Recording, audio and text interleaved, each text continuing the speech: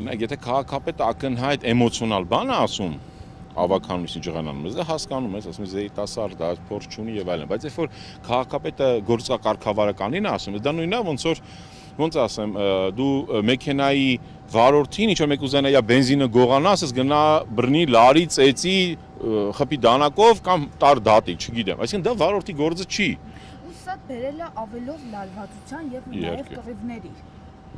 Դե հիմա ինձ հետաքրքիր է որ ասեցին, ես չգիտեի դեպքի մասին, որ 3-4 տղա հիմա կա մարդ, ինչ որ քրեական գործով են ասում, նախ պետք է իմանանք այդ ովքեր են ու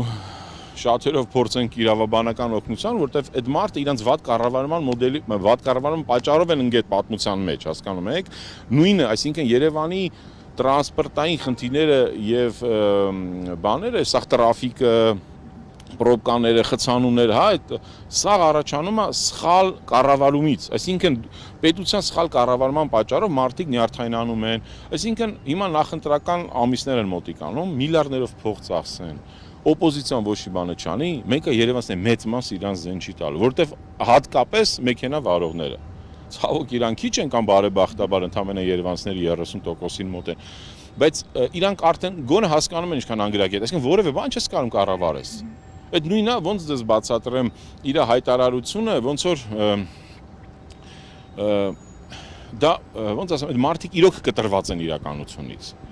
Սա ավելի շատ արվում է նրա համար, որտեվ այդ վարորդներին մի քիչ տենց շոշափ են, բանաներ, որտեվ հասկանում են ներքին բունտեր կա, մենք գիտենք, որտեվ իրականում ամեն մի վարորդ հավատացած կյանքի փորձով ավելի 10 անգամ ավելի մեծ փորձ ունի, քան տրանսպորտի վարչության պետը, պատասխանատու փող քաղաքապետը, տավականու անդամները, որտեվ այստեղ խախտված է բալանս, հասկանում եք, քաղաքապետը դառել է ամենավորոշիչ մարդը, որը սխալ է, որտեղ միան հավատացեք, Երևանը աշխարհի միակ քաղաքն է սա, որ համ քաղաքապետ, համ ավականու ղեկավարը նույն մարդն է, ոնց որ վարչապետ ազգային ժողովի նույն մարդն է, այսինքն երբ որ ավականու անդամը պետքա փորձի որևէ ըմբոս կամ գրագետ ինչ որ բողոք ներկայացնի, ինքը բնականաբար միանգամից պաշտպանում է բանին, իր վարչության պետին, հասկանում եք։ Ստեղ էլ չեմ ասում, որ մեր ավականուն այդքան անդամից 10-ից մեկը չկա տրանսպորտի մասնագետ լինի։ Ես չգիտեմ քաղաքապետան մի ժամանակից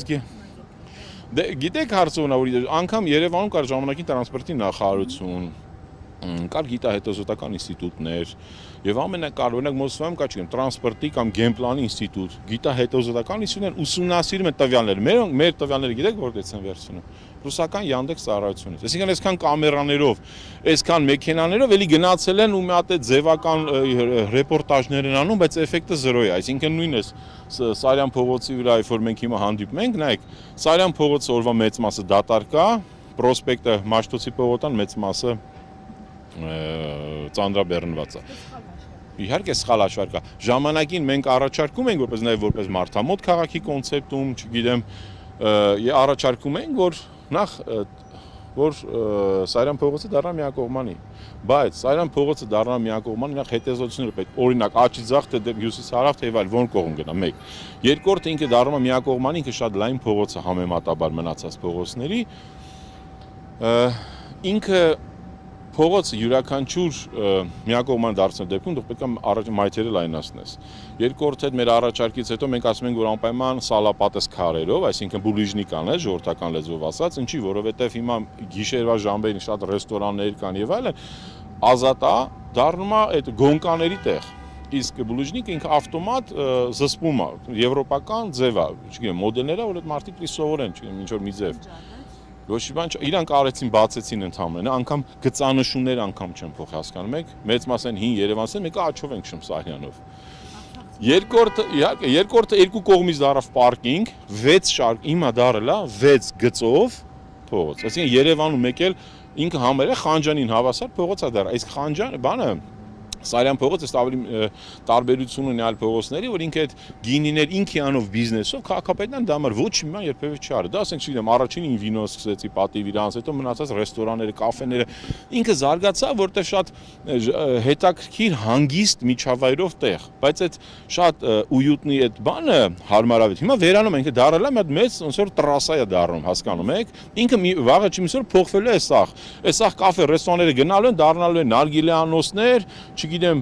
պիվնոյներ կամ ուրիշ միջոցառումներ, իրանք չեն հասկանում դա, որտեղ էլ եմ ասում, քաղաքապետարանում չկա համապատասխան մարդ մասնագետ, որ հաշվի առնի նման անգամ մարդաբանական հարցերը եւ բիզնեսի հետ չեն կարողացել խոսել։ Էլ չեմ ասում եւ ամենակարևորը, որ մենք ասում ենք Սարյանը դառնա միակողմանի, մի պայմանով, ոնց որ պայմանով ասում մայթերը լայնացնելը, ոնց որ լիներ բուլուժնիկները, աջ կողմից կամ ձախից հետ համապատասխան հետազոտությունից հետո լիներ տրամվայ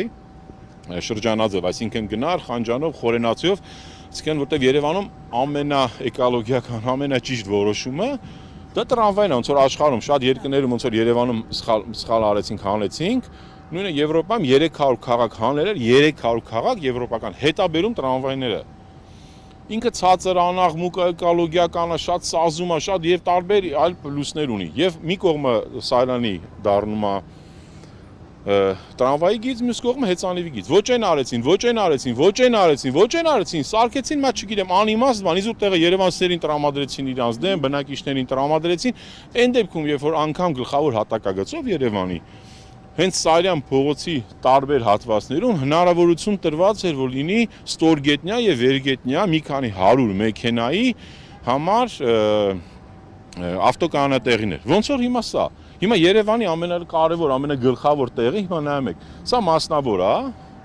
ու սա պետությունը մենք առաջարկում ենք ժամանակին, որ քաղաքապետարանը 200 գիչացներ է ամբողջը։ Այգին գարկպներս թունելներին եւ թամանյանական թունելները, որ պատկերացնում եք 100 տարի առաջ նախատեսված, որ Երևանի կենտրոնը հովանա, որ Հրազդան, այսինքն իրանք Հրազդանի ինչ որ մի հատ կասկածելի եսիմուշ կառուցապատողներին ինչ որ անկամ մարդիկ ոնց որ կասկադը Երևանում երբևէ չեղած գծում են Հրազդանի զարգացման ծրագիրը, շատ ուրախ եմ Հրազդանի ձորի։ Բայց դա պետք է մասնակցային կառավարումով լինի։ Այսինքն երևանցիների հետ քննարկված, բնակիչների հետ, թաղեցիների հետ, հարևանների հետ, մասնագետների հետ առանց որևէ մի քննարկման որոշում են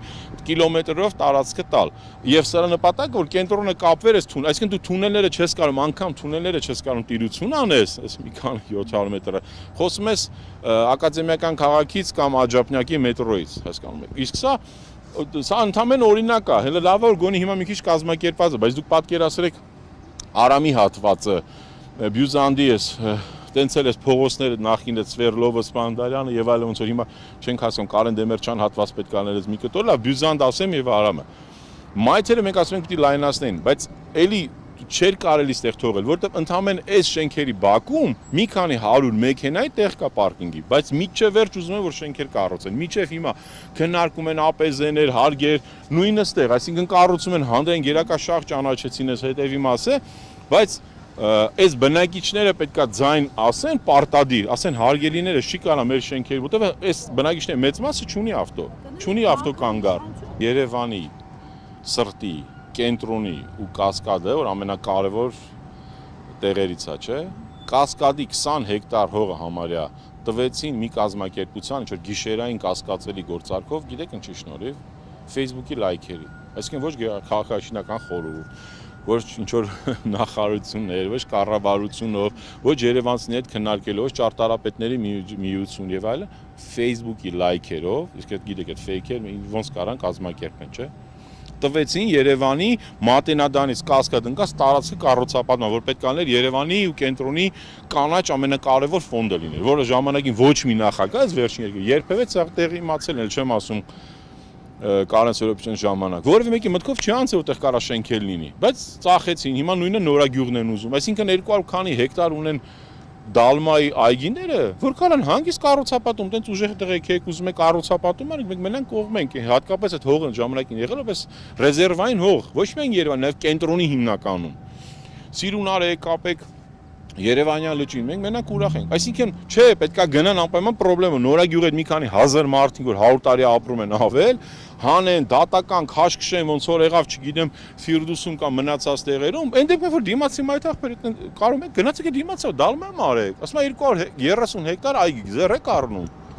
Դուք 10 հեկտար չեք կարող անում, այդ մի հավատացեք այդ 50 հեկտար, 60 հեկտար ուրբան անտառ, ինչ որ ծառեր են, բարեր են սովորել, թաքնվում են այդ խելոք բարեր հետևից։ Բայց պարզը չէ, այս ամիս չէ, մյուս ամիս մենք սա պարզվել է իմանալու ենք իրական վիճակը, այս ծառերի սպանդը եւ այլն։ Այսինքն այդ մարդկանց հետ մենք գործ ունենք։ Հիմա բայց տրանսպորտային հարցով կոնկրետ օրինակ եմ բերում։ Ամեն այս բակում միջև 2-300 եւ ավել մեքենայի տեղ կա։ պարկինգ։ Ես ընդունում եմ, եթե բնակիչ չես, եկել ես ռեստորան, կաֆե, իհարկե պետքա վճարես, որտեղ եթե մարդիկ միլիոներով փող են ծախսում, տվեք մասնավորին, այս մարդկանց ցույց տվեք, թող գետին տակը փորեն, սարքեն, վերևես հետ բերեն, այս ասֆալտը վերանա, չէ՞։ Կապեք այգին, ավտոմատ արդեն կենտրոնը եւ այդ փողը ծախսեք թունելի վրա, գնանք հրազդանի կիրճ ման գանք։